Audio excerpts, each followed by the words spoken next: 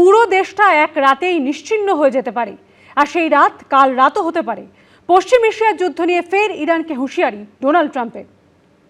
In Iran while participating in Operation Epic Fury, where we're doing unbelievably well at a level that nobody's ever seen before.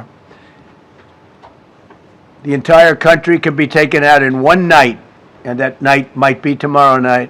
We're giving them till tomorrow, 8 o'clock Eastern Time, and after that, they're going to have no bridges, they're going to have no power plants. Stone Ages, yeah. Mothabari কাণ্ডে supreme কোর্টে তীব্র ভৎসনার মুখে পড়লেন মুখ্য সচিব। প্রধান বিচারপতি বললেন, আমরা কি এটা ধরে নেব যে রাজ্য রাজনীতি সচিব পর্যায়ে প্রবেশ করেছে? সুপ্রিম কোর্টের নির্দেশ মতো সোমবার শুনানিতে ভার্চুয়ালি উপস্থিত ছিলেন মুখ্য সচিব, ডিজিপি, মালদার জেলা শাসক এবং পুলিশ সুপার। মুখ্য সচিবকে এদিন প্রধান বিচারপতি প্রশ্ন করেন, আপনি প্রধান বিচারপতির ফোন ধরেননি কেন? বিচারপতি জয়মাল্য বাগচি বলেন, হাইকোর্টের প্রধান বিচারপতির কাছে ক্ষমা চান। আমরা কি এটা ধরে নেব যে রাজ্য রাজনীতি সচিব পর্যায়ে প্রবেশ করেছে?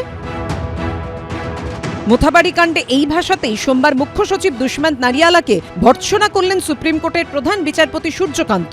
বিচারপতি জয়মাল্য বাগচি বললেন, কলকাতা হাইকোর্টের প্রধান বিচারপতির কাছে ক্ষমা চান। বিচারপতি বাগচি আরও বললেন, কলকাতা হাইকোর্ট যখন পুলিশ সুপারের সঙ্গে যোগাযোগ করছেন তখন তিনি বলছেন যে আমি কি করব, এটাই জেলার পরিস্থিতি।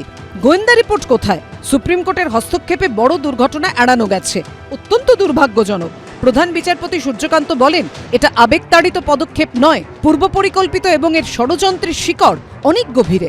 অপরাধীদের দ্রুত শনাক্ত করে গ্রেফতার করতে হবে। মোথাবাড়িদের বিচারকদের ওপর হামলার ঘটনায় সোমবার এমনই কড়া মন্তব্য করল সুপ্রিম কোর্ট, বুঝিয়ে দিল তাদের অবস্থান।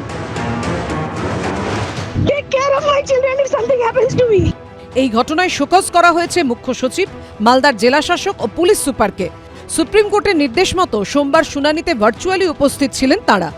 মুখ্য সচিবকে এদিন প্রধান বিচারপতি প্রশ্ন করেন, আপনি প্রধান বিচারপতির ফোন ধরেননি কেন?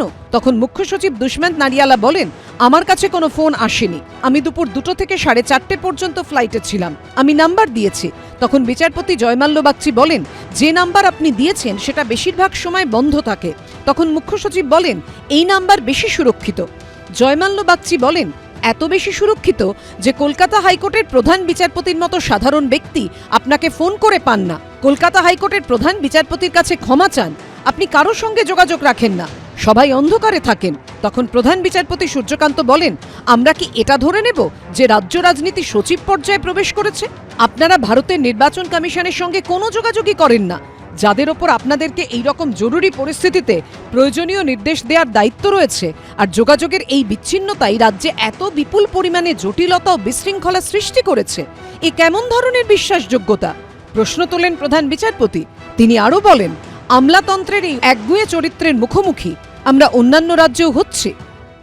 নাম্বার দেখলেই ভাবে মনে হয় বিজেপির কোন নেতা ফোন করছেন। আবেদ স্বামী বিনীত গোয়েল ফোন ট্যাপ করছে, শুনে ফেললে মনে হয় এদের অসুবিধা হবে, তাই কারোরই ফোন ধরেননি।